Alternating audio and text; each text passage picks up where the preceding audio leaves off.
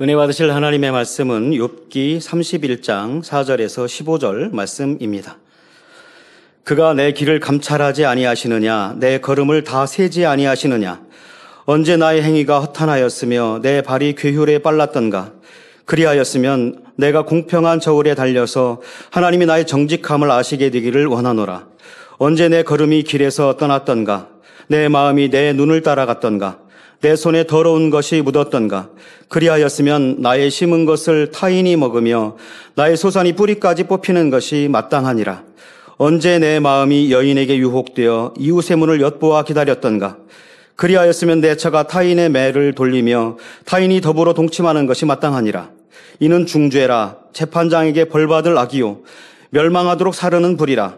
나의 모든 소산을 뿌리까지 없이 할 것이니라. 남종이나 여종이 나로 더불어 쟁변할 때에 내가 언제 그의 사정을 멸시하였던가? 그리하였으면 하나님이 일어나실 때에는 내가 어떻게 하겠느냐? 하나님이 국문하실 때에는 내가 무엇이라 대답하겠느냐? 나를 태 속에 만드신 자가 그도 만들지 아니하셨느냐? 우리를 뱃속에 지으신 자가 하나가 아니시냐? 아멘.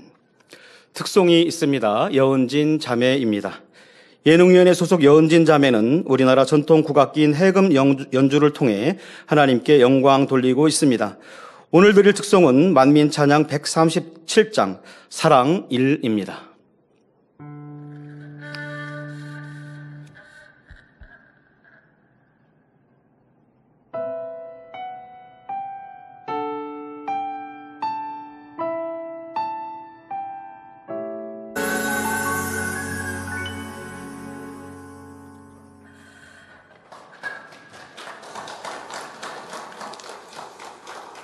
당회자님께서 욥기 강의 89번째 욥의 첫 번째 제하의 말씀 증거해 주시겠습니다. 특송으로 영광 돌려주신 여은진 자매님 해금 연주에 감사드립니다.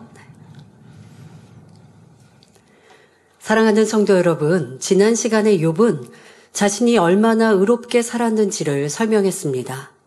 스스로 처녀에게 주목하지 않겠다고 자신의 눈과 언약을 세웠으며 이 언약을 철저히 지킬 만큼 순결한 삶을 살았다 했습니다. 이처럼 욥은 율법적으로는 흠이 없는 사람이었지만 하나님께서는 그의 마음까지 온전하기를 원하셨기에 연단 중이십니다. 하나님 앞에는 행함도 중요하지만 마음이 더욱 중요하기 때문입니다. 예수님 당시 서기관들과 바리새인들은 율법을 엄격히 지켰을 뿐 아니라 조상 대대로 내려오는 장로의 유전까지 철저하게 지키려고 노력했습니다. 11조의 경우 작은 채소의 잎사귀와 줄기까지 일일이 계산하여 드릴 정도였지요. 그러나 이보다 훨씬 중요한 의와 인과 신은 저버렸기에 예수님께서는 외식하는 자들아 화 있을진저 하고 그들을 책망하셨습니다. 그들은 마음에는 죄와 악이 가득 차 있으면서 행위에 취중했던 것입니다. 의와 인과 신이 마음에 이루어지는 만큼, 즉 마음을 할례하여 진리로 변화되는 만큼 자연히 계명을 지키는 행함도 따르게 됩니다. 중심으로 예배하고 기도하며 온전한 11조와 헌물을 드리고 열심히 충성 봉사하게 됩니다. 또한 중심으로 계명을 지켜 행하면 하나님께서 그 중심을 보시고 의와 인과 신을 속히 이룰 수 있도록 인도해 주십니다. 그리하여 우리 영혼이 잘된 만큼 하나님의 사랑과 축복을 받게 되는 것이지요. 그러므로 행위적인 것뿐만 아니라 마음의 거룩함을 이루는 알곡 성도가 되어 하나님의 사랑과 인정을 받으며 영육 간의 풍성한 축복을 받으시기 바랍니다. 본문을 보면 욥기 31장 4절에 그가 내 길을 감찰하지 아니하시느냐 내 걸음을 다 세지 아니하시느냐 말합니다. 욥은 하나님이 모든 것을 감찰하신다는 것을 선진들을 통해 들어서 알고 있었습니다. 그래서 하나님께서 자신의 길을 살피시며 걸음까지 다 세실 만큼 모든 것을 낱낱이 알고 계시다는 사실을 인정하고 있지요. 자, 여기에서 우리는 욥이 연단 중에도 하나님을 찾고 있음을 깨달아야 합니다. 그러니까 보통 연단을 받다가 시험에 들어서 하나님을 떠나는 경우들 볼 수 있습니다. 또 연단을 받으면 많은 불평과 원망을 쏟아내지요. 욥도 지금 불평과 원망을 쏟아내는 것 같지만 또 다른 면은 모든 매사에 하나님을 찾고 있다는 것입니다. 그러니까 불평은 하는 것 같지만 자기의 의로 하나님의 뜻을 지금 깨닫지 못하기 때문에 그 속에서 방황하는데 원망만이 아니라 그 모든 말과 내용의 깊이를 보면 하나님을 찾고 인정하고 있다는 것이죠. 여러분들도 불평 원망하면서 욥의 불평 원망하고 나도 비슷해 이렇게 하고 넘어가시면 안 되고요. 지금 욥하고 큰 차이를 지난 시간에 설명해 드렸고 오늘도 설명합니다. 욥이 행위적으로 어떠했는지 라고 하는 것은 나와 같다면 여러분도 잘한 것이 있지만 칭찬할 만한 것이 있지만 욥의 행위적인 모습에 나는 비춰보니까 부족하다. 그리고 불평 원망하고 있다. 그러면 욥과는 너무나 큰 차이가 있는 것입니다. 그리고 꼭 기억해야 할 것은 욥의 연단과 불평 원망 중에도 매사 어떻게 하든 하나님을 만나고자 지금 발버둥 치고 있는 모습이라는 것. 이것을 여러분들이 이해하셔야 합니다. 자, 욥은 하나님을 인정하는 것 같지만 자신에 대한 하나님의 뜻과 섭리는 알지 못하기 때문에 여전히 하나님을 원망하고 있습니다. 우리는 하나님을 지식적으로 아는 것과 마음으로 믿는 것은 큰 차이가 있음을 알아야 합니다. 성경을 많이 읽고 많이 암송하며 수많은 설교를 들었다 해도 마음으로 읽지 않으면 소용이 없습니다. 오히려 말씀의 지식으로 인해 교만해져서 다른 사람을 판단, 정죄하는 등 죄를 더할 수 있지요. 말씀을 읽거나 들으면 반드시 그 말씀을 자신에게 적용해야 하며 변화되려는 노력과 행함이 따라야 합니다. 하나님께서 인정하시는 믿음은 말씀을 아는데 그치는 지식적인 믿음이 아니라 말씀대로 행하는 영적인 믿음입니다. 야고보서 2장에 행함이 없는 믿음은 죽은 것이며 행함으로 믿음이 온전케 된다고 말씀했습니다. 예를 들어 항상 기뻐하라, 쉬지 말고 기도하라, 범사에 감사하라 하신 말씀은 초신자 외에는 모르는 분이 거의 없을 것입니다. 하지만 이 말씀대로 온전히 행하는 사람은 그리 많지 않은 것을 봅니다. 시험이 와도 기뻐하고 감사해야 하는 줄은 알지만 막상 어려움이 닥치면 기쁨은 온데간데 없이 사라지고 심지어 하나님을 원망하며 기도조차 하지 않는 사람들이 얼마나 많은지요. 만일 우리가 즐거울 때만 기뻐하고 시험 환난이 닥칠 때는 기뻐하지 못한다면 세상 사람과 다를 것이 무엇이겠습니까? 세상 사람은 이 땅의 삶에만 목적을 두고 살며 영의 세계를 알지 못하기에 육적으로 기쁘고 즐거울 때만 기뻐하고 그렇지 않을 때는 근심, 걱정, 슬픔과 고통 속에 살아갑니다. 그러나 하나님의 자녀들은 천국 소망이 있기에 좋을 때만이 아니라 시험, 환난 중에도 기뻐할 수 있습니다. 하나님께서 허락하시는 연단은 우리에게 더 좋은 천국과 큰 영광을 주시기 위한 것임을 믿기 때문에 연단 중에도 기뻐할 수 있는 것입니다. 혹 자신의 잘못으로 인해 시험이 왔다 해도 회개하고 돌이킴으로 더욱 하나님께 합당한 사람이 될 것이니 감사하지요. 주 안에서 어려운 상황을 만날 때 욥처럼 근심하고 원망하느냐, 기뻐하고 감사하느냐의 차이는 결국 믿음의 차이입니다. 만일 욥이 하나님의 전능하심을 믿고 하나님의 뜻을 참으로 알았다면 원망, 불평 대신 감사의 고백을 하며 하나님을 끝까지 의지했을 것입니다. 그러면 좀 더 빨리 문제가 해결될 수 있었지요. 물론 욥이 이런 마음 자체가 없었다면 또 욥이 어떤 환경과 조건에도 기뻐하고 감사하는 마음 자세가 되었다면 애초에 하나님께서 시험을 허락하지 않을 수도 있습니다. 욥은 감찰하시는 하나님이라 하면서 마치 하나님을 아는 것처럼 말하지만 진정으로 아는 것이 아니었기에 하나님의 뜻대로 행하지 못하며 문제의 해결도 받지 못하고 있습니다. 이어지는 본문을 보면 욥은 지난날 자신의 삶이 얼마나 의로웠는지를 또다시 설명하기 시작합니다. 성도 여러분도 계속해서 욥의 모습과 자신의 모습을 비교하며 들으시기 바랍니다. 욥기 31장 5절에 언제 나의 행위가 허탄하였으며 내 발이 괴울에 빠졌던가 말합니다. 허탄하다는 것은 거짓되고 미덥지 않은 것을 뜻하며 괴울이란 교묘하고 간사스럽게 속이는 것을 말합니다. 그런데 욥은 자기 행위는 허탄하지 않았다. 즉 거짓도 없고 망령된 일도 없었다고 말합니다. 또 자신의 발이 괴울에 빠지지 않았다. 즉 교묘하게 하고 간사스럽게 타인을 속이는 일이 없었다고 말합니다. 네, 그리했지요. 자, 여러분들의 삶 속에는 허탄한 말이나 행위가 없었는지 살펴보시기 바랍니다. 현대인들은 농담을 주고받는 것이 하나의 일상이 되었습니다. 적절히 농담을 할 줄 알아야 재치 있는 사람이라 인정하기도 하죠. 하지만 이러한 농담에는 대부분 과장과 거짓이 섞여 있으므로 허탄한 말이 되기 쉽습니다. 허탄한 말과 행위는 하나님이 싫어하시고 원수마귀 사단이 좋아하는 것임을 알아야 합니다. 더구나 주 안에서 친목 모임이나 행사를 가질 때는 진리의 대화가 아닌 상대를 비방하거나 이간질하고 수군수군하는 일은 결코 없어야 하지요. 은혜로운 간증이나 믿음의 대화를 나누며 찬양하고 기도할 때 하나님께서 기뻐하십니다.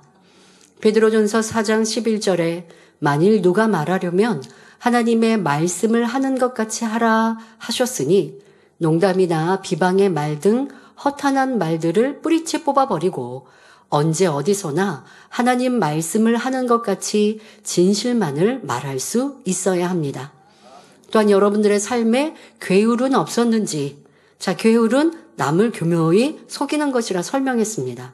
내가 남을 속여서 내 유익을 더 구하는 이런 무슨 사기꾼처럼 이런 모습은 없었다 한다 할지라도 얼마나 진실한 입술이었는가.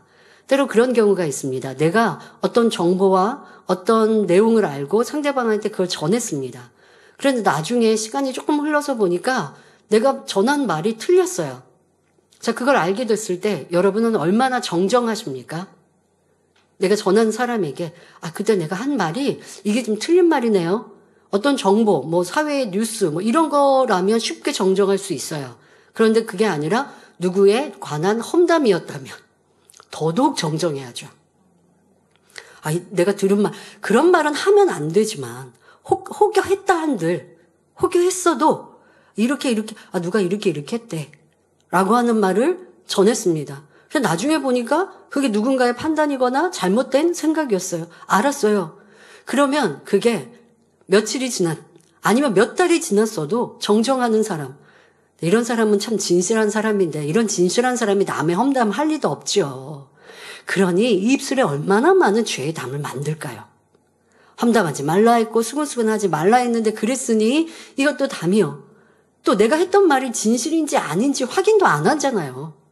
그런데 잘못된 말을 전했다는 것을 알았어도 그 사람이 나한테 잘못 전한 거고 하고 넘어가지 다시 내 말을 정정해서 누군가를 나쁘게 말했던 것을 얼마나 크게 잘못인가. 내가 말한 말로 그 사람이 듣고 또 나쁜 사람으로 정죄했고 판단했으면 죄에 죄를 쌓게 만든 것인데 그나마 그것마저 알았으면 가서 미안하다고 하고 또 상대방한테도 회개해야 되고 말도 바꿔서 정정해야 하지만 또 하나님께도 회개해야 하고 참 이 입술이 많은 죄를 쌓지 않습니까? 그런데 이런 것들을 그냥 모르고 지나가거나 알고도 대수롭지 않게 넘어가니 죄의 담이 쌓이게 되는 것이죠. 그러니까 여러분들의 괴울은 굳이 내가 남을 속여서 남의 것을 내가 가지려고 하는 의도와 그러한 삶의 형태가 아니어도 진실하지 못한 내 모습이 얼마나 많이 있는지 해야 할 말과 하지 말아야 할 말, 또 보고하는 데 있어서도 진실하게 하지 않는 말들, 내가 잘못하고 실수한 거 있으면 그냥 덮어버리려고 하는 것들, 이런 것도 다 괴율의 속성 안에 엄격히 따지면 해당되지 않겠습니까? 속이는 거잖아요. 자, 이러한 것들을 여러분들에게 깊이 살펴보아서 아버지 보실 때 더 진실한 모습으로 변화되어야 합니다. 그런데 욥은 이러한 말과 내 행함이 없었노라고 당당히 말할 수 있습니다. 이어지는 본문 욥기 31장 6절에 그리하였으면, 내가 괴울하였고 내가 이렇게 잘못된 모습이었으면 내가 공평한 저울에 달려서 하나님이 나의 정직함을 아시게 되기를 원하노라 라고 했는데, 이는 얼마나 욥이 절도 있게 살아왔는지를 나타내는 말입니다. 자신의 행위가 허탄하지도 않았고 괴율도 없었기 때문에 만일 하나님께서 자신을 공평한 저울에 달아보신다면 나의 허물을 찾으시는 게 아니라 도리어 나의 정직함을 알게 되실 것이라고 말하고 있는 것입니다. 욥은 자기 신조 안에서 결코 불의한 일을 하지 않았기에 한 점 부끄러움도 없이 자기를 떳떳하게 내놓고 있습니다. 세상에는 불의하게 살면서도 자신이 옳다고 큰소리치는 사람도 있고, 자기 기준에서 정직하게 살았기 때문에 자신의 깨끗함을 당당하게 내세우는 사람도 있습니다. 하지만 진리로 비추어 볼 때는 양쪽 다 옳다 할 수 없지요. 로마서 3장 10절에 기록한 바 의인은 없나니 하나도 없으며 하신 대로 하나님 말씀에 비추어 볼 때 깨끗한 의인은 아무도 없기 때문입니다. 행위적으로 흠이 없는 욥도 온전함을 이루기 위해 연단을 받고 있는데, 만일 그 선과 의로움이 욥보다 못하다면 어찌 자신의 정직성을 주장할 수 있겠습니까? 우리는 항상 말씀의 거울에 자신을 비추며 진리라는 공평한 저울에 자신의 행위를 달아볼 수 있어야 하겠습니다. 자꾸 세상을 살아가다 보니까 세상 사람과 비교하든가 내 주변에 나보다 못한 사람과 비교하는 이러한 모습도 있습니다. 나 저 사람보다 나은데? 이러한 생각 자체가 불필요한 거예요. 하나님은 진리로 여러분들을 평가하시지 옆 사람과 나와 비교하실 리가 없거든요. 여러분들 스스로가 평가하고 있는 기준이 무엇인가? 진리인가? 하나님의 말씀인가? 선인가? 도리어 우리의 기준은 믿음의 선진들, 의인들. 이분들이 기준 되면 너무 부족한 내 모습을 발견할 수 있잖아요. 그렇게 살고 그렇게 자기를 점검해 갈 때, 순전하신 주님의 모습과 나를 비교해 볼 때는 나 부족하다. 그러니 겸비해질 수 있는 것이죠. 그런 사람은 자존감이 없는 게 아닙니다. 항상 나를 부족하다고 생각하니까 자존감이 너무 떨어지는 거 아니야? 사실 성도님들이 저를 보실 때는 제가 자신감이 되게 넘쳐 보이실 거예요. 많이들 그렇게 보시더라고요. 그래서 저는 제 스스로는 저에게 항상 저를 채찍질하고 내 부족한 것을 발견하고 제가 무엇을 할 때 잘했다고 생각하면서 사역하는 일들은 거의 없거든요. 모든 찬양 사역을 할 때도 그랬고, 이렇게 설교자가 되어 설교를 할 때도 그렇고, 어떤 크고 중요한 행사를 마치고도 항상 부족했다, 더 잘해야 하는데 라고 생각하거든요. 그러니 이제 성도님들이 저를 칭찬하시면 제가 그게 민망해서 반응을 잘 보이지 않는 겁니다. 제가 그냥 수긍하고 그렇다고 하면 기쁘게 그랬죠, 내가 잘했죠 이럴 텐데, 제가 그런 마음이 아니기 때문에 칭찬을 하셔도 제 반응이 조금 별로 반응이 없죠. 제가 민망하게 지나가고 예 하고 넘어가는 게 제 스스로 잘했다라고 생각하지 않고 살기 때문입니다. 그래서 저는 세상에서 표현하는 자존감에 비추어 볼 때 내가 되게 자존감이 떨어지나 라는 생각을 해본 적도 있었습니다. 왜 내 성격이 그렇지? 잘하고 또 칭찬할 만하면 내 스스로도 잘했다고 생각하면 더 행복하고 편안하게 일할 수 있지 않을까? 저도 그렇게 생각해보고 고민해 본 적이 있습니다. 제가 찬양사역을 막 하면서 20대 중반부터 찬양사역을 하면서 성대가 약해서 금요철을 한번 인도하면 중간쯤 가면 목이 상하거든요. 그런데도 열창을 합니다. 그러면 끝부분에 광고를 할 때쯤이면 목소리가 거의 나오지가 않는 상태로 인도를 오랫동안 했었어요. 그러면 찬양 인도하는 사람이 찬양을 하다가 목이 가면, 목이 간다고 우리가 보통 표현하는데요. 목소리가 잘 안 나오면, 그러면 이게 제일 힘든 일입니다. 그러면 조금 생각을 동원하면 앞에는 좀 설설 부르고 좀 목청 다해 부르지 말고 립싱크도 하고 그러면 되는데 제 성격이 또 그렇지는 못해요. 시작하면 온 힘을 다해서 하다가 앵꼬가 날 때까지 이게 딱 내 에너지가 다 떨어질 때까지 저는 그냥 달리거든요. 그래서 매주 그렇게 금요철회를 인도하면서 전 처음엔 정말 힘들었습니다. 그런데 제가 해야 하는 일이니까 최선을 다하지만 한편으로는 너무 힘든 모습도 있었죠. 그래도 인도자가 현재 상황에서 없으니까 최선을 다해야지, 또 아버지 하나님은 내 향을 받으시는 거니까 하고 마음에 깨끗한 향으로 드리고자 하는 노력을 이제 최선을 다했어요. 그러다가 조금씩 성대가 튼튼해지고 하기는 했지만 그래도 제가 노래에는 자신이 없었습니다.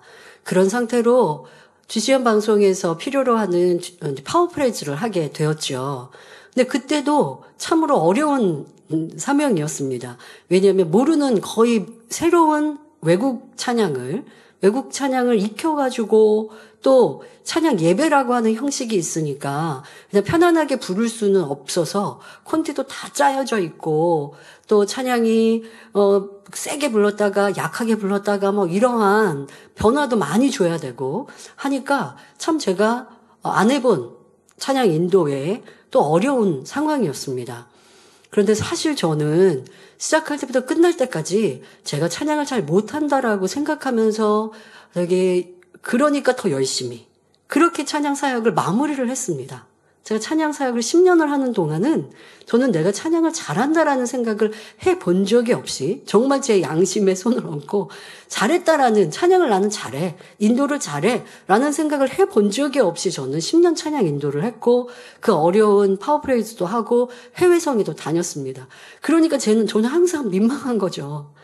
찬양을 잘하는 사람이 찬양 인도를 해야 될 것 같은데, 그런데 또 한편으로 보면 아버지는 마음의 향을 받으신다니까 내가 정성을 다해 마음을 다해 찬양해야지. 이제 그러면서 겸비한 마음으로 이제 찬양을 하지만 육적으로도 그렇고 좀 힘든 찬양 사역의 일이었습니다.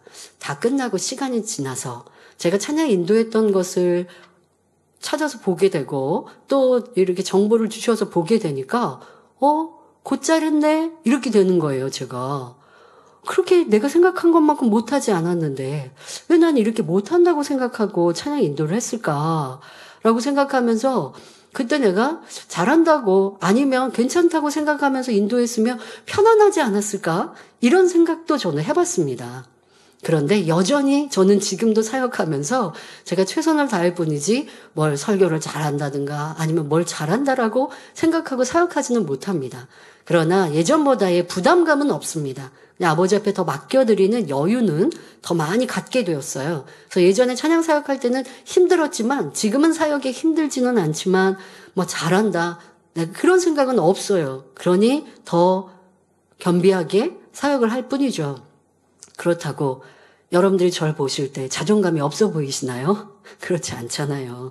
그러니 또 제가 제 스스로를 봐도 제 삶이 행복하고 기쁘지, 내가 슬프거나 힘들거나 아니면 뭐 외롭거나 내가 제 스스로의 사역에 부족함을 느낀다 할지라도 내가 어딜 가서 뭐 부끄러움을 타거나 하지 않거든요. 그러니 육적인 표현의 자존감에 저는 부족함이 없는 것 같아요. 그러나 영적으로는 항상 겸비하고 내 부족함을 찾아가려고 매일매일 노력합니다. 그러니 여러분들이 내 죄를 발견하고 내 악을 발견하고 진리로 내 부족함을 찾아가는 것, 그것이 내가 없어지는 것 같아가 아닙니다. 진정한 아름다운 나를 만들어가는 과정이고 시간이지요. 그러니 회개하고 눈물을 많이 흘리니까 그러니까 나 기운이 없어 하실 일이 없습니다. 더 은혜와 감동이 넘치고 내가 나를 변화시키기 위해 금식하고 기도했더니 얼굴에 더 아름다운 빛이 날 수 있는 것이지요. 이렇게 하나님이 주시는 자신감으로 세상을 넉넉히 이기는 우리가 되어지시길 바랍니다. 욥은 계속해서 자신의 삶이 얼마나 반듯했는지를 설명합니다. 욥기 31장 7절에 언제 내 걸음이 길에서 떠났던가, 내 마음이 내 눈을 따라갔던가, 내 손에 더러운 것이 묻었던가 말합니다. 언제 내 걸음이 길에서 떠났던가 라고 말한 것은 자신의 삶이 정도에서 벗어나지 않았다는 의미입니다. 이러한 욥의 삶은 욥기 1장에서 잘 알 수 있었지요. 욥은 스스로 하나님 앞에 부끄럽지 않게 살았을 뿐 아니라 혹여 자녀들이 마음으로 하나님을 배반하였을까 염려하여 그들을 대신하여 번제를 드리는 삶이었습니다. 10명의 자녀들과 전 재산을 잃어버렸을 때에도 땅에 엎드려 하나님을 경배하며 주신 자도 여호와시요 취하신 자도 여호와시오니 여호와의 이름이 찬송을 받으실지니이다 라고 선한 고백을 했지요. 그러니 나는 정도를 쫓아서 살았다 라고 당당하게 말할 수 있는 것입니다. 또 욥은 내 마음이 내 눈을 따라갔던가 라고 했는데 이는 욥기 31장 1절에 자신의 눈과 언약을 세웠다는 말과 비슷한 의미입니다. 눈은 세상을 받아들이는 통로와 같은 역할을 합니다. 사람은 무엇을 보는 대로 따라 하려는 경향이 있지요. 예를 들어 다른 사람이 라면을 맛있게 먹는 것을 보면 갑자기 라면이 먹고 싶고 누군가 멋진 옷을 입은 것을 보면 자기도 그렇게 입고 싶어집니다. 더구나 오늘날은 각종 미디어를 통해 호기심을 자극하고 대중을 유혹하는 일들이 얼마나 많습니까? 눈으로, 귀로 폭력적인 것을 계속 접하면 그러한 속성이 마음에 심어지면서 자기도 모르게 거친 말과 행동이 나옵니다. 자극적이고 음란한 것을 보면 간음이라는 육신의 일이나 육체의 일로 발전하게 되지요. 이처럼 눈으로 유혹받아 죄를 짓는 일이 많기 때문에 시편 기자는 시편 119편 37절에 내 눈을 돌이켜 허탄한 것을 보지 말게 하시고 주의 도에 나를 소성케 하소서라고 기도하는 것을 볼 수 있습니다. 그런데 욥은 마음을 지배하고 다스림으로 눈의 유혹을 따라가지 않았다고 말합니다. 또 사람은 손으로 범죄하기가 가장 쉬운 것인데 욥은 언제 내 손에 더러운 것이 묻었던가 하면서 자기의 결백성을 당당히 말하고 있습니다. 이어서 욥은 만일 자신이 정도에서 벗어났거나 눈의 유혹을 받고 손으로 죄를 지었다면 어떤 대가를 받아야 마땅한지를 다음과 같이 말합니다. 욥기 31장 8절에 그리하였으면 나의 심은 것을 타인이 먹으며 나의 소산이 뿌리까지 뽑히는 것이 마땅하니라 말합니다. 즉 자기가 불의한 일을 행했다면 자기의 소산물을 타인이 가져가고 재배한 농산물이 뿌리채 뽑힌다 해도 할 말이 없다는 것입니다. 이러한 욥의 말에 어찌 친구들이 노를 바라지 않겠습니까? 욥은 지금 모든 소유가 뿌리까지 뽑힌 상황입니다. 그런데 욥의 주장은 자신은 아무 잘못이 없는데 모든 소유가 뽑혔기 때문에 하나님을 원망하는 것이 타당하다 하고 있는 것입니다. 하지만 친구들은 욥이 불의하기 때문에 뽑힌 것이라고 공박하고 있지요. 지금 이게 계속 네가 옳니 내가 옳니 너는 틀렸고 막 이러고 있는 모습이 반복되고 있는데 욥이 자기를 주장하고 있는 자기의 의도한도 나는 이렇게 살았어 라고 하는데 이렇게 살았는데 왜 하나님이 나를 이렇게 벌하셔? 라고 하나님을 원망하고 있습니다. 그것을 듣고 있는 또 친구들은 어이없게 듣고 있는 것이고요. 성도 여러분, 여기서 우리가 깨우쳐야 할 것은 하나님께서 보는 관점과 욥이 보는 관점, 친구들이 보는 관점이 각각 다르다는 사실입니다. 즉, 진리와 자기 생각과 타인의 생각이 다르다는 것입니다. 여러분의 삶에도 이러한 모습이 있음을 발견해야 합니다. 아니, 이제 우리가 우리의 생각과 우리의 마음과 행함을 이렇게 하나님 편, 그리고 내 편, 사람들의 편에서 한번 많이 돌아보시면 좋겠습니다. 그러면 재미있지 않겠습니까? 지금 내가 한 행동은 나는 맞아요. 내가 생각하고 있는 것은 나는 옳아요. 그런데 사람들과 대화해보면 틀렸다고 하기도 하고 내 생각과 다른 것을 주장하기도 해요. 자, 이것은 나의 생각과 상대의 생각이 명백히 다른 것이고 자, 거기에서 중심을 잡고 무엇이 옳고 그름의 평가는 하나님의 진리죠. 자, 보통 사람은 나와 너, 나와 상대의 다른 의견들 속에 불편해하고 있는데요. 불편해할 이유가 없어요. 왜? 하나님 편에 무엇이 맞느냐가 중요한 것이니까요. 자, 이것을 찾는 습관을 가져보면 여러분들의 변화 또한도 더 빨리 신속히 이룰 수 있습니다. 자, 내 편에서 볼 때는 이것이 옳은 것 같은데 다른 사람은 저것이 옳다 말하고 하나님 편에서는 둘 다 옳지 않다 하실 때가 있지요. 이때 과연 누가 옳은 것일까요? 오직 진리 자체이신 하나님만이 옳습니다. 특히 각종 정보와 이론, 지식이 홍수처럼 흘러넘치는 오늘날은 더욱 주의하여 오직 하나님의 말씀으로 옳고 그름을 분별할 수 있어야 합니다. 여러분 뉴스 보시면서 진리로 분별하십니까? 진리로 분별하실 수 있어야 돼요. 그러니까 뉴스라고 해서 어떤 정보라고 해서 뉴스에서 지금 옳은 것을 기준으로 뭔가 앵커가 얘기하는 그거에 그냥 따라가서도 안 되는 것이고 무엇이 옳은가 무엇이 그른가 왜 저렇게 행동을 할까 그러면 이렇게 대처하는 건 맞나 라고 진리 면에서 그런데 지금 말씀드린 것처럼 둘 다 틀릴 때가 참 많죠. 세상 삶에서는 또 나와 상대의 관계에서는 둘 다 아버지 진리로 볼 때 틀릴 때가 종종 있게 되면 진리로 더 맞춰가는 여러분들이 되셔야 합니다. 세상의 기준은 시대나 환경이 바뀜에 따라 변하지만 하나님의 말씀은 영원히 변함없는 진리이기 때문에 우리는 항상 하나님의 말씀을 기준하여 살펴야 합니다. 옆과 친구들은 서로 자기가 옳다고 다투며 변론하지만 진리로 비추어 보면 양쪽 다 옳지 않습니다. 양쪽 다 하나님 보시기에 의가 아닌 자기 보기에 의를 주장하고 있기 때문입니다. 그러니 결말에 가서는 욥도 회개하고 친구들도 회개하는 장면이 나오지요.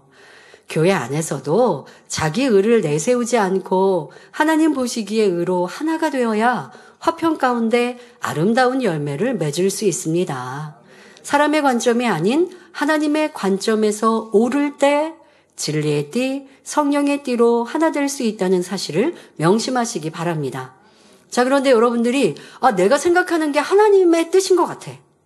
여기에서 이제 문제가 생길 때가 있단 말이에요. 지금 우리가 세 관점에서 보자고 말했어요. 나와 상대의 의견이 명백히 달라요.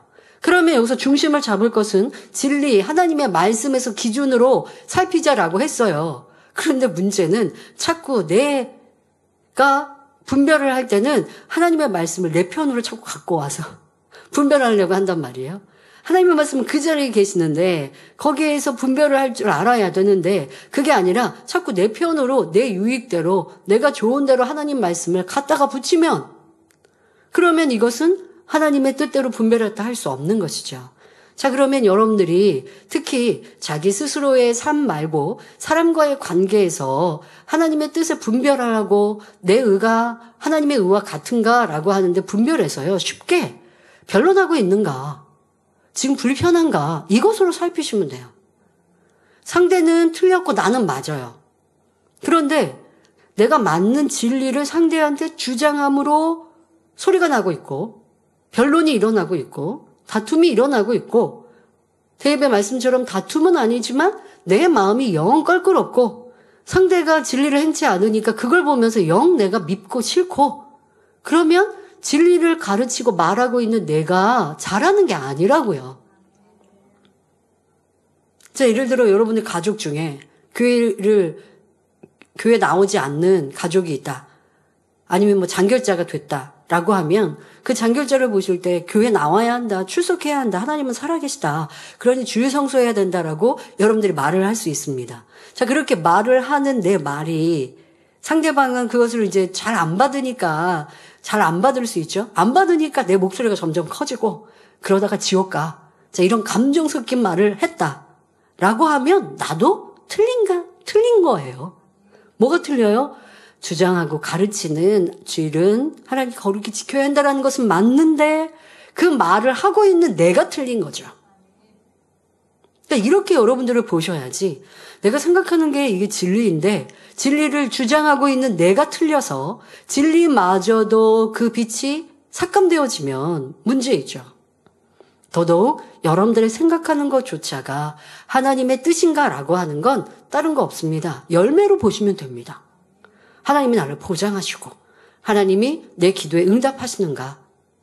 그러면 내가 응답받고 하나님의 축복을 받고 하나님의 보장하심을 받으면 내가 하는 말 또한도 자 세상 말 좀 써볼까요? 말빨이 먹히지 않겠습니까? 상대방한테 무슨 말할 때 내 말에 귀 기울이지 않겠습니까?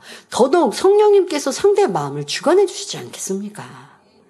그러니 여러분들이 하나님의 의와 내 의와 상대의 의가 다른 것에서 무엇이 옳은가라고 하는 것을 자꾸 하나님의 의를 내 편으로 가져다가 쓰시면 안 되고요. 아버지의 마음, 아버지의 뜻을 잘 분별할 수 있어야 합니다.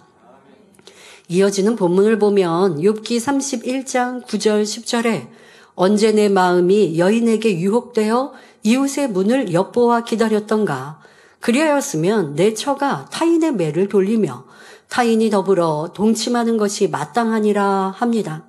이 또한 욥의 정직한 마음을 나타내는 말이지요. 역사를 보면 사람이 안정과 부요함이 있을 때 그 다음에는 이성의 유혹이 따르는 경우가 많습니다. 다윗 왕이나 솔로몬 왕도 나라가 안정되고 경제적으로 풍요로울 때 여인에게 빠져 큰 연단을 받아야 했지요.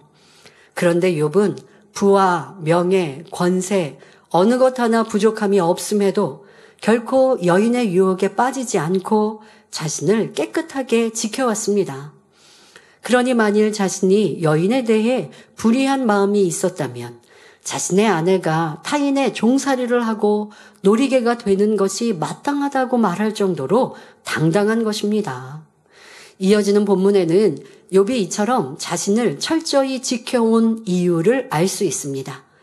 욥기 31장 11절 12절에 이는 중죄라 재판장에게 벌받을 악이요 멸망하도록 사르는 불이요 나의 모든 소산을 뿌리까지 없이 할 것이니라 합니다. 욥은 여인에게 마음을 빼앗겨 그 집의 문을 엿보기만 해도 무거운 죄이며 재판장에게 형벌을 받을 악이라 말하고 있습니다. 뿐만 아니라 이는 멸망하도록 사르는 불과 같아서 자신의 모든 소산을 송두리째 태워버린다 해도 할 말이 없다는 것입니다. 욥이 이렇게 무서운 단어를 사용하는 것은 간음이라는 죄는 그만큼 무거운 대가를 받아야 마땅할 죄악임을 강조하기 위함입니다. 그러니 욥은 간음을 행치 않았을 뿐 아니라 마음조차도 그러한 죄로 더럽히지 않도록 정직하고 깨끗하게 만들어갔다는 것입니다. 욥은 계속하여 자기의 의롭고 선한 행함을 나열해 갑니다. 욥기 31장 13절에 남종이나 여종이 나로 더불어 쟁변할 때에 내가 언제 그의 사정을 멸시하였던가 합니다. 과거 종과 주인이라는 신분제도가 있었을 때 종은 주인에게 말대꾸를 할 수 없으며 자기 주장도 할 수 없고 오직 복종해야 하는 신분이었습니다. 그런데 욥의 남종이나 여종이 욥과 쟁변할 정도였다면 벌써 종의 신분을 떠나 있는 모습이니 이것만 보아도 욥이 얼마나 그들에게 선을 베풀며 너그럽게 대했는지 알 수 있습니다.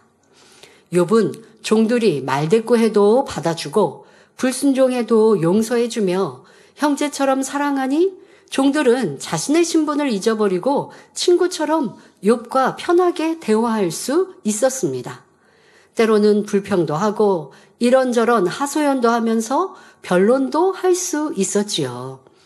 욥은 종이라고 함부로 대한 것이 아니라 그들에게 말할 수 있는 자유를 주었고 그들의 의견을 들을 수 있는 창구를 열어주며 인격적으로 대했던 것입니다.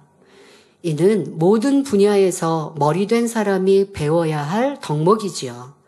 혹여 여러분 중에는 직분이 주의 종이라고 해서 장로나 권사라고 해서 또는 인정받는 일꾼이라 해서 자기 주장을 하며 자존심을 내세우지는 않았습니까?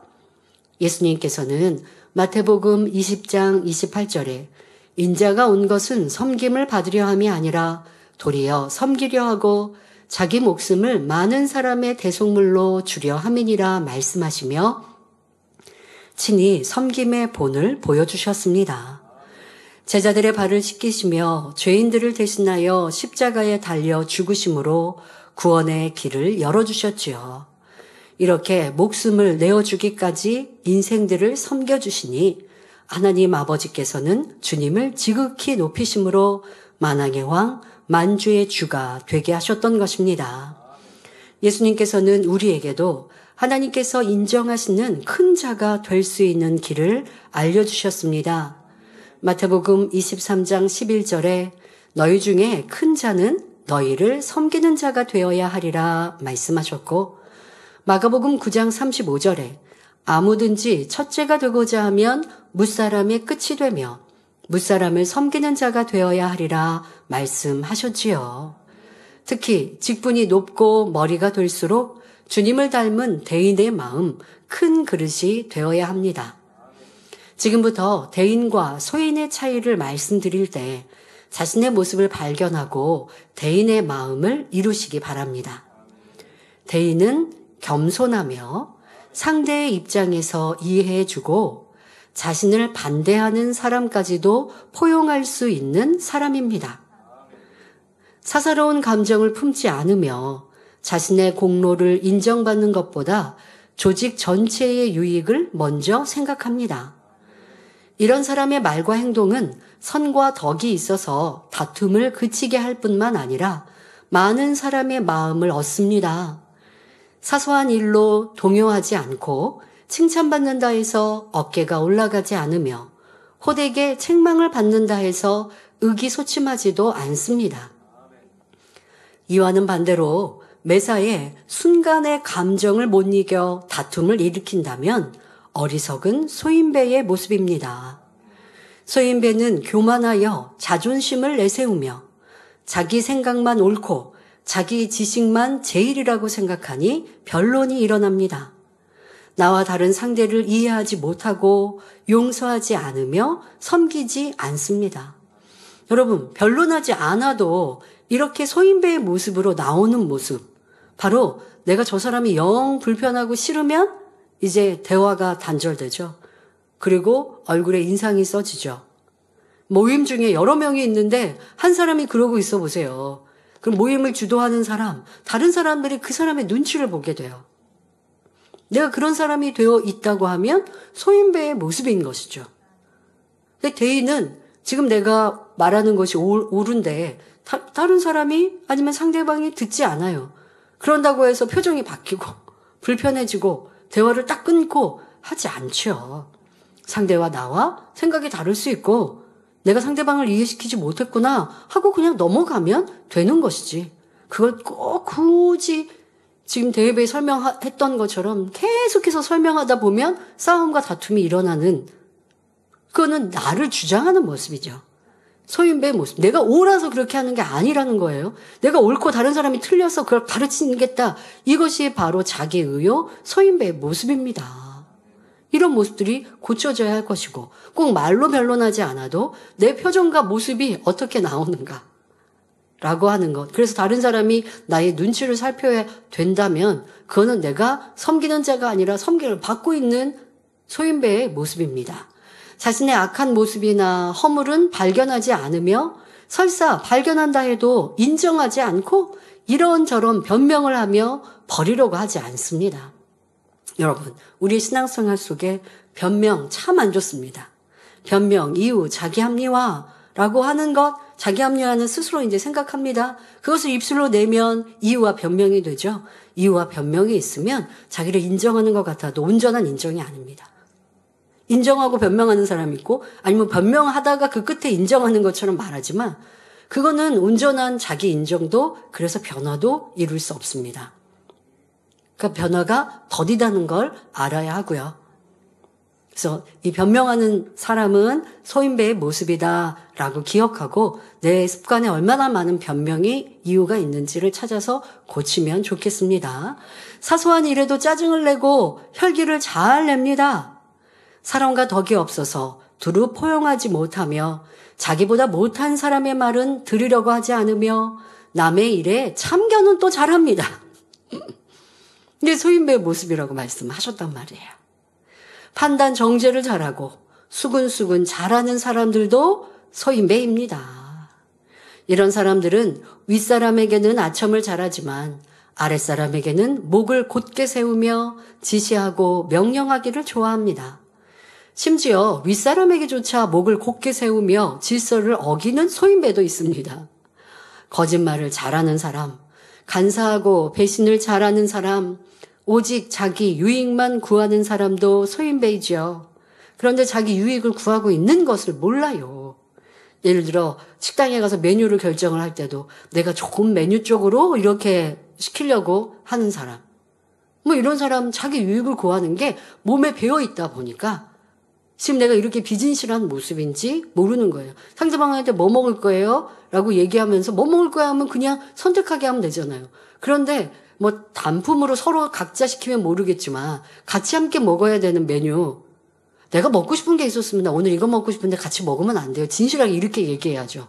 근데 내가 먹고 싶은 게 있어요. 근데 원체 나는 내가 주장하는 사람이다 보니까 그날은 민망한 거죠. 그러니까 뭐 먹고 싶어요? 그러면서 이제 한두 마디 하죠. 여기는 이게 맛있는데, 내가 먹고 싶은 게 맛있는데 하는 말이죠. 상대방이 다른 걸 만약에 뭐 드실 거예요? 근데 다른 거 골랐어요. 내가 그거보다 이게 맛있는데, 그러면 묻지 말든가. 이게 맛있어요, 이거 드세요 라고 권하든가.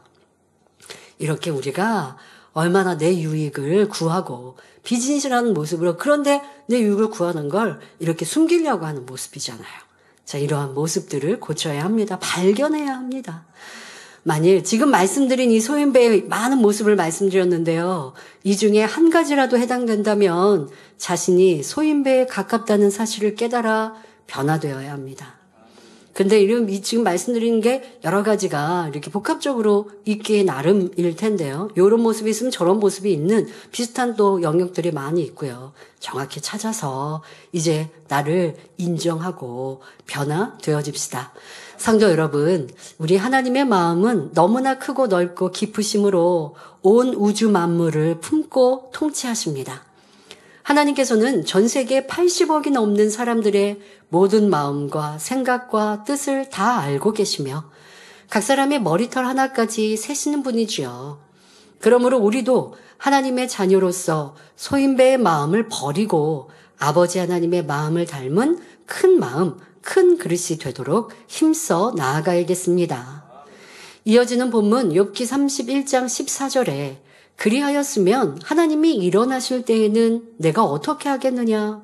하나님이 국문하실 때에는 내가 무엇이라 대답하겠느냐 말합니다. 욥이 만일 종들의 사정을 멸시하였다면 하나님께서 이에 대해 묻고자 일어나실 때 내가 무슨 낯으로 하나님을 뵈며 무슨 말로 변명하겠는가라는 의미입니다. 여러분, 이런 자세를 우리가 살면 죄악을 벗기가 참 쉽습니다. 내가 생각하고 말하고 행동하는 것, 그것을 하나님이 보시면 뭐라고 하실까? 저는 사실 저의 삶 속에는 목자님이 나한테 보시면 뭐라고 하실까? 이런 생각으로 참 많이 살았습니다. 성장하고 사역하면서. 목자님은 기도조에 계시고 나는 교회 안에서 사역을 하는데 왜 사람들은 또 이렇게 전하기도 하잖아요. 그리고 누가 나한테 억울함을 느끼고서 목자님께 가서 보고할 수도 있는 거 아니겠어요? 그러니까 그게 꼭 두려움이라기보다는 저를 지키거나 더 깊이 생각하는 돌아볼 수 있는 기준이었던 거죠. 그래서 목자님께서 내가 했던 일들에 대해서 들으시면 뭐라고 하실까? 이걸 아시면 뭐라고 말씀하실까? 라고 생각해 보면 때로는 내가 감정적인 어떠한 선택이나 일꾼들에 대해서 무엇라고 말할 때 절제할 수 있고 다스릴 수 있는 힘이 되었습니다. 지금 욥이 이렇게 생각하고 있는 것 자체가 하나님을 인정해 드렸다라는 것이죠. 자기의 삶에 내가 비질을 선택하지 않았는데 그 이유는 하나님이 그런 행함을 보시면 나에게 무엇라고 하셨겠느냐라고 하는 생각을 갖고 살았다라는 이러한 모습입니다. 여러분, 우리도 하나님이 나를 보시면 이제 지금 제 삶에서 어떠하겠습니까? 아버지 하나님이 나를 보시면 무엇을 하실까? 교회의 어떠한 선택과 모든 일들, 내가 일꾼들에 대해서 말하고 행동하는 일들을 하나님이 보시면 하나님은 보고 계시잖아요. 그러니까 하나님께서 지금 보시고 뭐라고 하실까? 이런 생각으로 나를 비춰보면 아차 하거나 내가 이렇게 행동해야지 라고 하는 진리의 답을 내리기가 더 쉽습니다. 그리고 무엇보다 하나님께 권능을 구하고 하나님의 영광을 구할 때 내가 더 선과 덕으로 이루지 못한 것을 떠올리면 하나님께 내가 이렇게 큰 것을 구하는데 이러한 것을 내가 더 선과 사랑을 이루지 못하였는데 어떻게 하나님께 내가 더 권능을 구할 수 있나? 라는 생각을 하면 내 행함이 더 선으로 진리로 행할 수 있게 되어지죠. 욥이 당당하게 지금 자기의 의를 주장할 만한 모습 인정할 수 있습니다. 이런 모습으로 우리도 살아갑시다. 욥은 종들과의 관계까지도 하나님께서 물으실 것을 생각하며 살았으니 얼마나 그의 인격이 고상했는지를 짐작할 수 있습니다. 한낱 종들을 이처럼 살뜰히 돌보고 살폈는데 하물며 다른 사람에게는 얼마나 정중하고 예의 바르게 대하였겠습니까? 이어지는 본문을 보면 욥이 그들을 어떤 자세로 대했는지 더욱 구체적으로 알 수 있습니다. 여러분, 이제 오늘 본론 또 본문의 마지막 절이죠. 이 말씀을 여러분들이 들으실 때 우리가 최근에 이제 백부장의 선에 대해서도 들었습니다. 백부장이 선을 인정받았었던 이유가 바로 내 문제도 아니고 내 피부치의 가족의 문제도 아닌 하인의 병을 치료받기 위해 예수님께 나왔다. 그만큼 하인을 사랑했다라는 모습이죠. 하인이면 지금 말한 종 아닙니까? 그리고 지금의 시대를 생각하면 안 되죠. 지금은 종이라는 단어 자체가 없습니다. 신분제도가 없습니다. 근데 여러분 옛날 사극이나 이런 거 한번 생각해 보세요. 종과 주인이면요. 주인이 내 종, 내 하인을요. 자, 때려서 죽여도 뭐 어떠한 이유만 조금 갖다가 붙이면 죄라고 여기지 않는 그런 우리나라 조선시대도 그랬단 말이에요. 자, 그러한 신분제도가 있는 이 구약시대에도 이런 신분제도 속에서 그렇게 하는 사람들이 많이 있는데 욥은 그에 비해서 나는 절대 그러지 않고 도리어 친구처럼 가까운 사람처럼 그들의 이렇게 불평도 들어주지 않았냐라고 자기의 의를 주장할 만큼 반듯하게 살았는데요. 자, 이러한 모습들이 우리 안에 하나님께도 선의 부분에 체크받을 수 있습니다. 근데 우리는 지금 신분제도가 없으면 어떻게 대입할까요? 자, 여러분들의 주변에 있는 모든 사람, 내가 볼 때 섬길 만한 사람이 아니라 섬길 만한 모습이 하나도 없어요. 저 사람은 왜 저래? 라고 하는 사람이라 한들 지금 욥이 종들에게 대했던 모습처럼 내가 존중해주고 있는가라고 생각해보면 분명히 문제, 내가 그렇지 못했던 걸 발견할 수 있겠죠. 그러면 내가 왜 응답 못 받고 치료 못 받는가 알 수 있는 것이고 내 삶에 얼마나 내가 상대를 무시하고 업신여기고 미워하고 싫어했던가라고 하면 더더욱 치료받고 응답받지 못하는 이유이지요. 자, 욥이 지금 말하고 있는 이 말씀 고백 속에 자기를 자랑하고 있고 주장하고 있지만 칭찬받을 만한 모습입니다. 욥기 31장 15절에 나를 태 속에 만드신 자가 그도 만들지 아니하셨느냐. 그러니까 내가 지금 내 일을 돕는 그 종들도 그 하인들도 하나님이 만들지 않으셨느냐. 우리를 뱃속에 지으신 자가 하나가 아니시냐 말합니다. 참 감동적인 말입니다. 욥은 자기를 만드신 분이 종들도 만들었으며 그분은 한 분의 하나님이라고 말하고 있습니다. 모든 사람의 인격이 동등함을 말하고 있는 것입니다. 그러기에 아랫사람도 차별하지 않았으며 그들의 의견을 무시하지 않고 동등하게 대했습니다. 욥의 마음씀이 얼마나 아름답습니까? 우리도 일상생활에서 자신을 돌아볼 필요가 있습니다. 자, 혹여 음식점에서 종업원을 대할 때 말을 함부로 한다거나 심부름꾼 부리듯 한다면 이는 모든 사람을 차별 없이 섬기신 주님의 모습과는 너무나 거리가 멀지요. 나와 상관없는 사람이라고 불친절하고 무시한다면 모든 사람을 섬기는 크고 넓은 마음과는 상관이 없습니다. 빌립보서 2장 5절에 너희 안에 이 마음을 품으라 곧 그리스도 예수의 마음이니 말씀하셨습니다.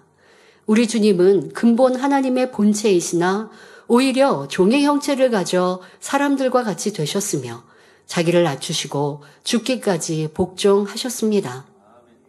그러므로 우리는 주님의 마음을 닮아 모든 사람을 사랑하며 겸손히 섬길 수 있어야 하겠습니다.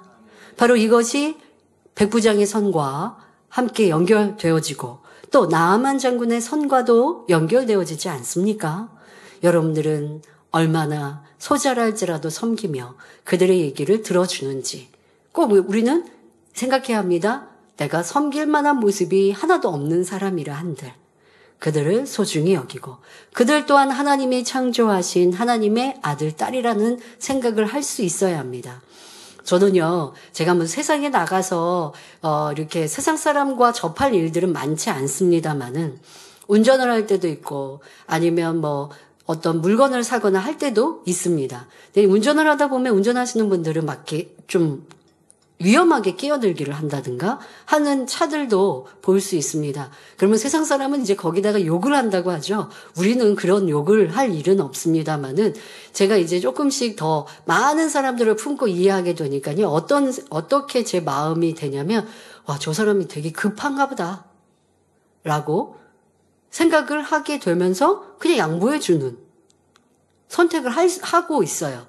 거기에다가 세상 사람들 중에 너무 뭐 불친절하거나 아니면 너무 예의 바르지 못하거나 나에게 불이익을 끼친 사람을 뭐 세상 살면서 가끔 만날 수도 있잖아요. 근데 그런 사람을 대할지라도 저는 그런 생각을 한 적이 있습니다. 저분이 어느 때에 우리 성도가 될 수 있지도 않을까?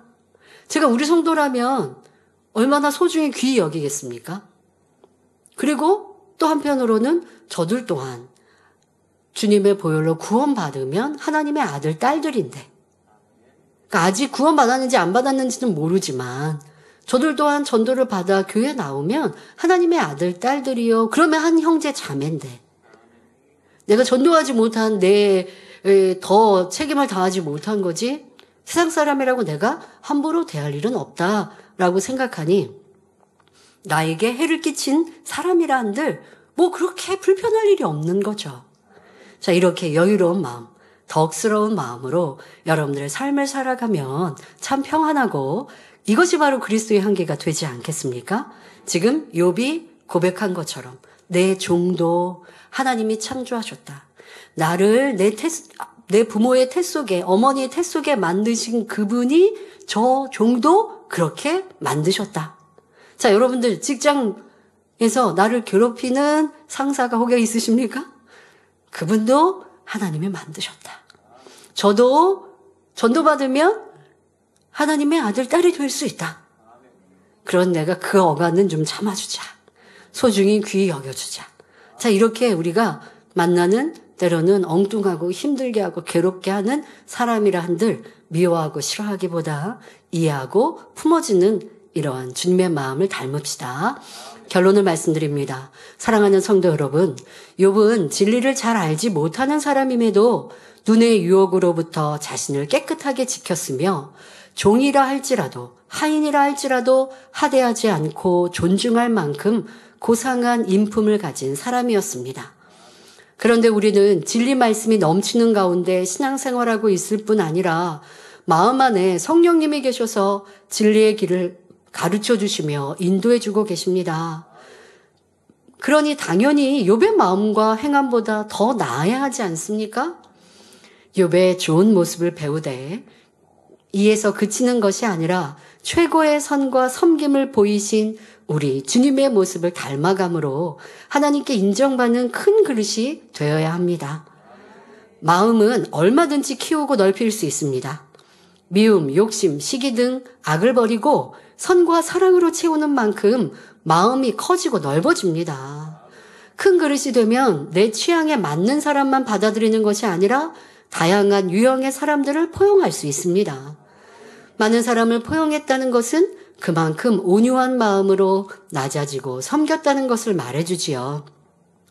그러므로 많은 사람을 품을 수 있는 큰 그릇이 되어 시편 37편 11절에 오직 온유한 자는 땅을 차지하며 풍부한 화평으로 즐기리로다 말씀한 대로 장차 천국에서 큰 자가 되시기를 주님의 이름으로 축원합니다. 말씀 참고하시면서 함께 기도하겠습니다. 좋으신 아버지 하나님, 오늘도 욥은 자기 의를 주장합니다. 하지만 과거의 자기의 삶을 되짚어 말하고 있는 그 내용 하나하나가 인정받고 칭찬받는 모습임을 알 수 있습니다. 이 모습에 나를 비추어 볼 때에 나는 얼마나 상대를 섬기며 소중히 여기고 귀히 여겼는가, 어느 누구라 한다 할지라도 그 말을 들어주며 또한 존중해 주었는가 살피게 하여 주옵시고, 저 사람은 나에게 폐를 끼치고 예의도 없고 나를 힘들게 하는 사람이니까 나도 저 사람을 소중히 여기지 않아 할 것이 아니라 그들 또한 하나님의 아들 딸들임을 기억하여 섬겨줄 수 있는 이런 아름다운 마음 갖게 하옵소서. 또한 우리가 눈으로 보는 것으로 마음에 끌리고 또 행함으로 죄를 짓는 것이 아니라 마음 눈을 지키는 자가 되어 오직 하나님의 말씀을 서게 하시고 또 우리의 삶에 하나님 편의 답을 항상 찾게 하여 주옵소서. 상대와 나의 의견 차이가 아니라 나 자신도 하나님 진리에 비춰볼 때 부족하고 잘못된 것이 얼마나 많은지를 돌아보아 하나님 중심의 선택과 생각으로 더 기뻐하시는 아들, 딸들 되게 하여 주옵소서. 감사드리며 우리 주 예수 그리스도의 이름으로 기도하옵나이다. 아멘.